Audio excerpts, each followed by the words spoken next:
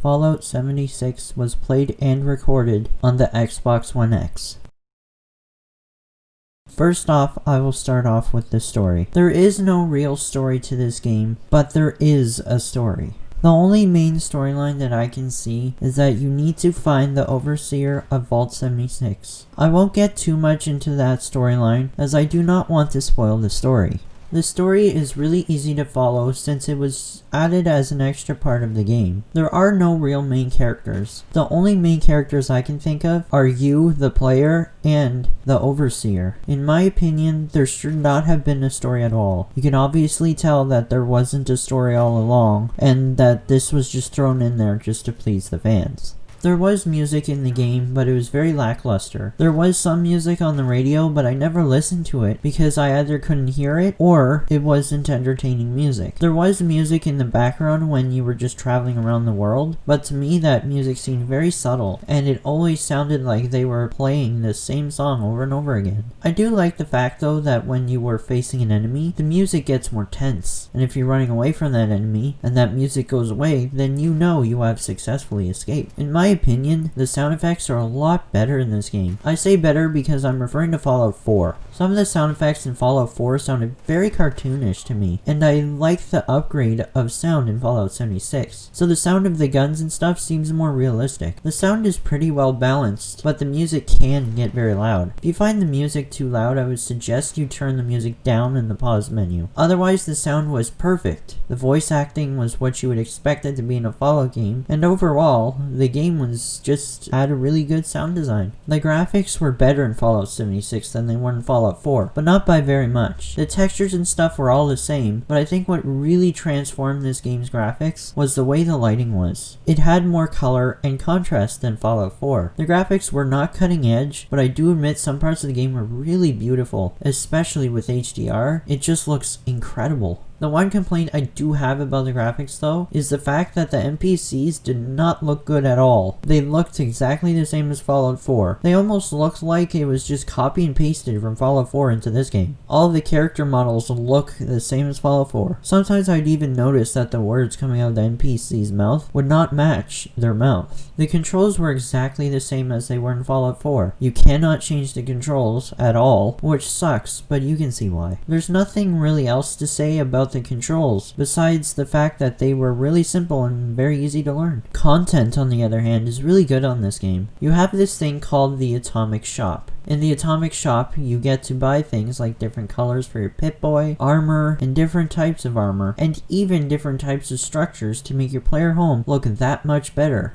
There is an in-game currency that I think is called Atomic Points. You gather these points by playing the game, and the more enemies you kill, the more challenges you do, and the more points you will get. I really like the idea of earning points and not just buying points. To me, the best progression system is to just unlock rewards for what you complete in a game, and not just blow your money on it. That's it content-wise, but in my opinion that's a really good amount of content. Besides the main storyline, there were side quests. The side quests usually consist of you finding somebody's friend, or sending out a broadcast through your local transmitter. Doing the side quest is a very good way of earning caps, and I really like that idea. I would also like to mention that I did not complete this game. To be honest, you'd have to put hundreds of hours into this game just to complete it. This is great and all, and I'm not complaining, and I just feel like I should be transparent with my audience. I would for sure play this game again. If I'm ever feeling bored, I would just switch on this game and just sit back and relax and just play the game. For the most part, this game was a lot of fun. There were some boring parts that I will tell you,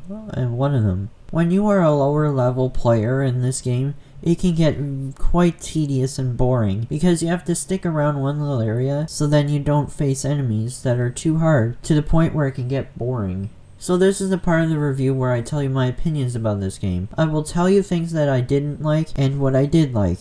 I will start with the parts that I did not like. So I have this thing with monsters. I'm not a big fan of video games that have monsters and stuff because some of them, quite honestly, are a bit freaky. I will give you one prime example of this that I had with monsters in this particular game. So as you know, there is this monster called the Mothman. If you don't know, it's this half man, half moth type of creature. The first time I saw it, I had no idea what it was. Then I looked it up and afterwards, I was freaking terrified of this thing. To me, this actually ruined my experience of the game, because every moment in the game I would be looking behind my back, always tense, because I was afraid this Mothman would come out and attack me. It sounds childish, I know, but it really freaked me out. The next negative is the leveling system and how hard the enemies can get. They still have a leveling system like Fallout 4, but this time it's more confusing and it's harder to level up.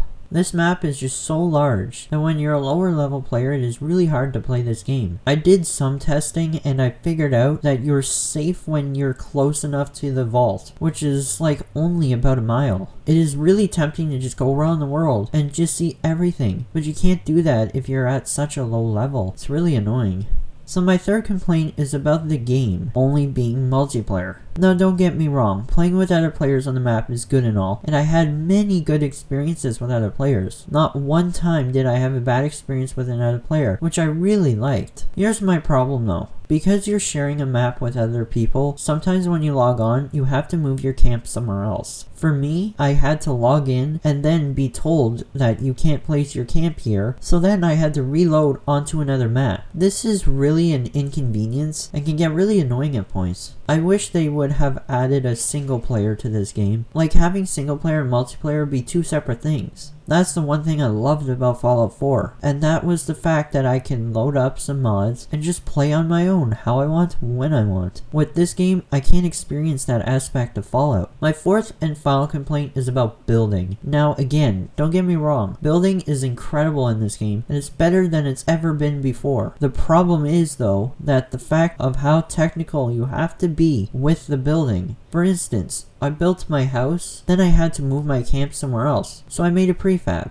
So I find a new location, and I pull out my blueprints, and try to place my house in that place I wanted it. The house was highlighted green, so I assumed that meant I could place it. So as I was placing it, it said, "I'm sorry, you can't place because something is blocking it." Nothing was blocking it. They also should have had more flat land, because with the fact that you can build your houses anywhere you want, but it has to be on flat land. There's not enough flat land in this game. Like, there are beautiful parts in the map that you would love to place in your housing, but it's either in a really high leveled area or something is in the way. So every time I wanted to put my house somewhere else, I had to rebuild the whole house just so I can put it somewhere else. And to be honest, after all those complaints, I can't really think of any positives. So anyway, those are my real thoughts on this game, and as you can tell, they weren't very good thoughts. My first thought was the fact that the Mothman is all scary, and the monsters are scary as well. They can't help that, so that means I will not be too harsh on them, and I won't even put that in my final score. I will though be very tough on the score on other things I experienced. So with that in mind,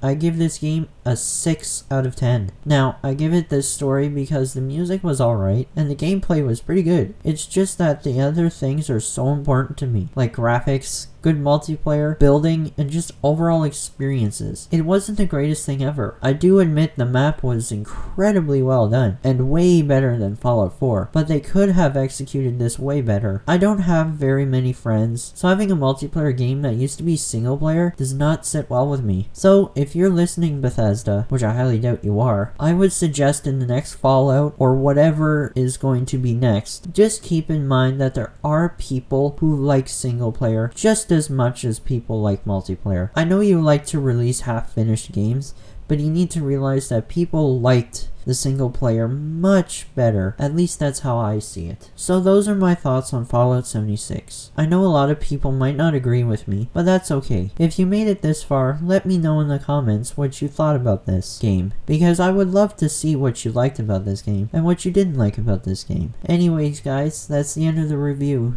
Thank you all so much for watching, and see you in the next one.